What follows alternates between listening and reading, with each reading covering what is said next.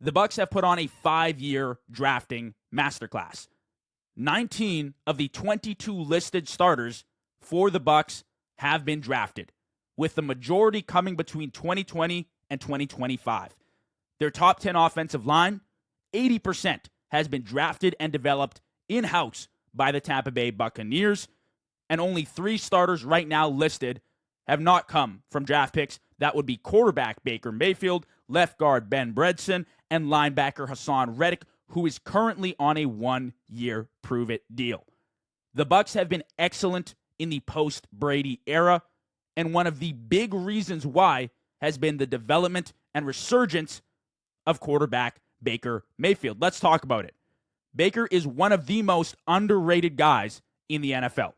Only 10 quarterbacks in history have thrown 4,500 yards and 40 touchdowns in a single season, and Baker is one of them. There are Hall of Fame names on that list. Dan Marino, Tom Brady, Baker Mayfield is one of them.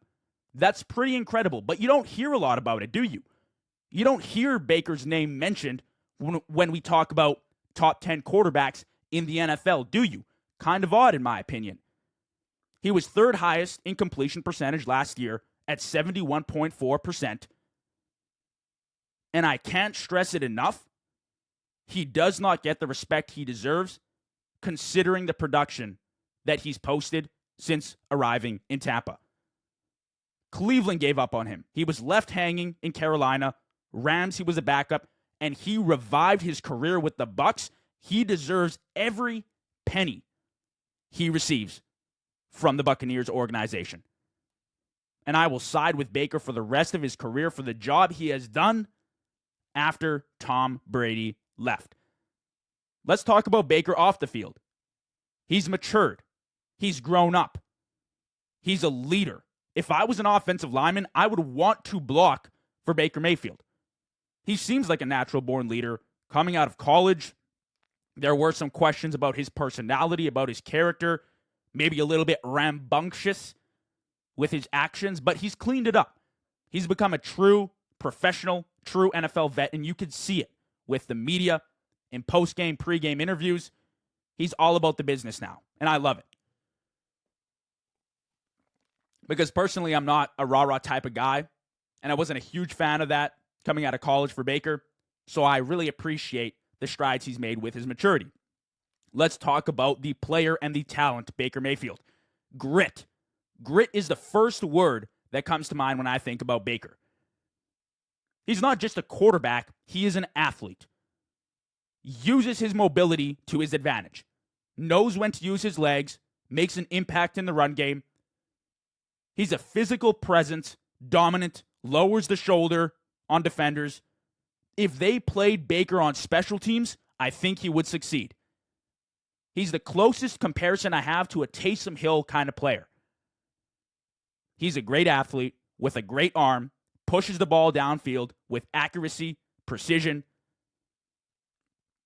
airs the ball out. And yes, he's got a lot of talent around him, but he does a lot of the work himself as well. Last year, stiff-arming Nick Bosa to complete a 4th down conversion, that was Baker Mayfield. That encapsulated who Baker Mayfield truly is. I think he's a dog. He leads with his physicality. And you don't often get that out of a quarterback, especially somebody that's active in the run game, like a Lamar, a Jalen Hurts. I don't see them as physically dominating as Baker Mayfield. I would take Baker over Dak, Jordan Love, and there's a discussion to be had over Stroud, Jared Goff, and Matthew Stafford right now. I truly believe it. When you look at his strengths, like I said, mobile quarterback, knows when and how to use his legs to his advantage, accurate passer, pushing the ball downfield with a big arm, physical presence, toughness, and he's one of the guys. There's a lot to love about Baker Mayfield, and you can see the development over the years since entering the league up until now. He's improved, made massive strides, and he's only getting better. Last year, by far his best statistical season, and I just expect things to get even better with the offense he's got around him, because I think the team is really incredible. So that's a little side note about Baker Mayfield and my belief in him. But let's talk about the team. The Bucs have assembled an elite top 10 offense in football. They have the Avengers on offense, and I love it. And their defense is quickly rising the ranks.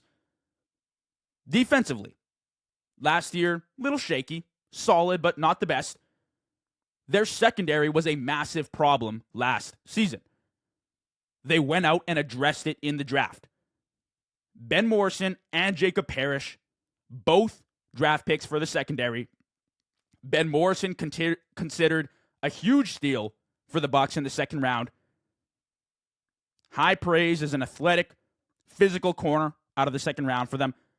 But Jacob Parrish, specifically, considering Ben Morrison just got injured, I believe today actually, with a hamstring, not sure what his agenda looks like heading into the season. Parrish has stepped up in a massive way and made an immediate impact for this defense.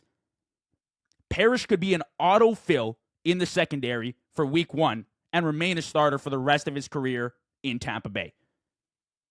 At least that's what the reports coming out of training camp are saying. And for an area of need in Tampa Bay, that's big time. They're a really good drafting team. And we're going to get into that more and more as we progress through the episode.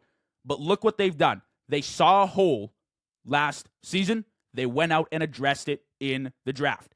But it's not just defensively that they're excellent drafting. They do it offensively too. And I did forget to mention as well, getting Antoine Winfield Jr. back for a full healthy season will be huge for them. Offensively drafting. We mentioned the offensive line, top 6 unit ranked by PFF, 80% drafted in-house, developed by the Bucs. Tampa Bay is wide receiver university. Mike Evans has aged like fine wine. One of the most consistent receivers in NFL history. Chris Godwin, when healthy, one of the best slot machines in the NFL. Jalen McMillan, a young stud who had a breakout season with 8 touchdowns last year, who's had glowing reviews from Todd Bowles, having a heck of a camp, as per reports. And of course, this year's draft pick, Emeka Egbuka, the rookie, who all the vets have had nothing but great things to say about him.